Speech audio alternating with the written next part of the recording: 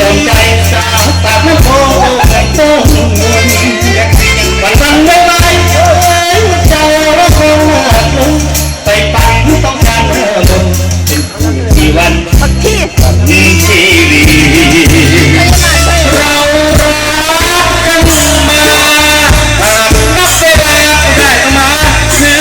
ปีที่ติดปากกันว่าจะไม่มันแต่งกันปลายปีหากเป็นไปตามนี้ที่คงเธอ